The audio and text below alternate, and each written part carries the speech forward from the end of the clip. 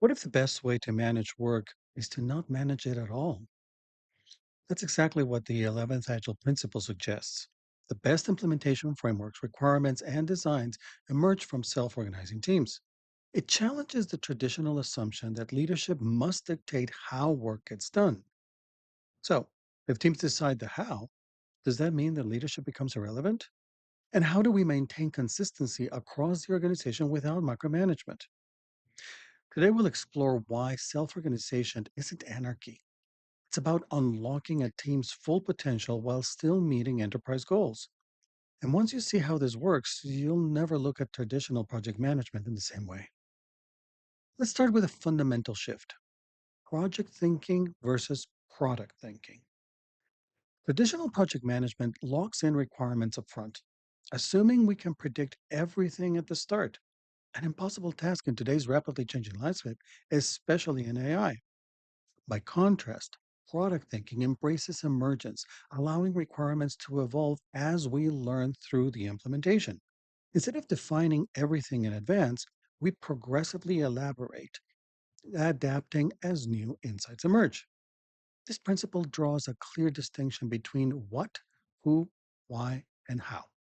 Business leaders define what outcomes are needed, who benefits, and why the outcomes matter to them, establishing the necessary boundaries for implementation. Teams determine how to implement the solutions, applying their expertise to craft the best approach. This separation creates space for innovation while ensuring alignment with business objectives. Teams still operate within constraints, addressing real business needs with purposeful solutions. And they own how they deliver. Why does this matter? Because autonomy fuels engagement. Studies show that when people contribute to decisions affecting their work, they invest more deeply in the outcomes. Self organization taps into intrinsic motivation, the desire to master skills, exercise autonomy, and pursue meaningful goals. This fosters creativity and adaptability far beyond what any external control system can achieve. And self organization isn't anarchy. It's a balance between team autonomy and enterprise consistency. While teams must be free to innovate, fragmented implementations create maintenance nightmares. The solution? Standardize outcomes, not implementation methods. So, for example, an organization might establish that all user interfaces must meet accessibility standards, or performance benchmarks must be met, and security protocols must be followed.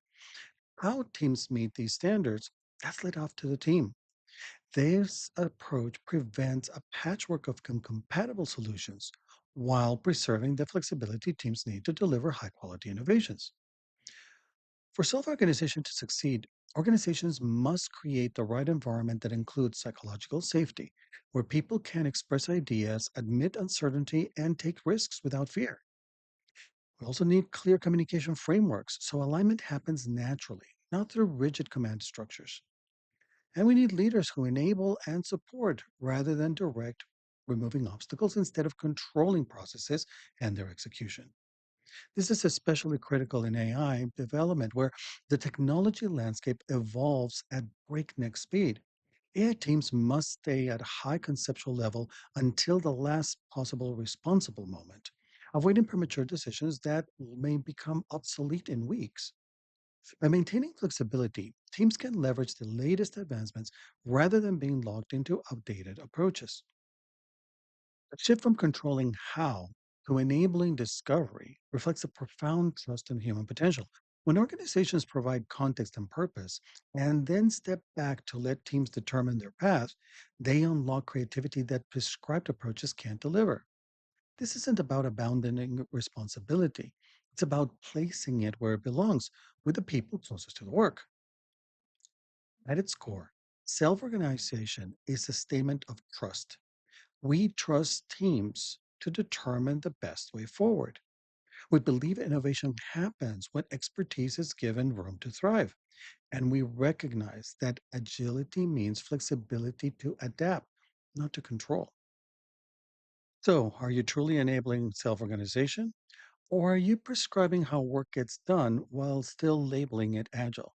If you're serious about unlocking the power of self organizing teams, start by examining the structures, leadership behaviors, and cultural elements that enable or block true autonomy. Just know how you intend to achieve your goals in the comments.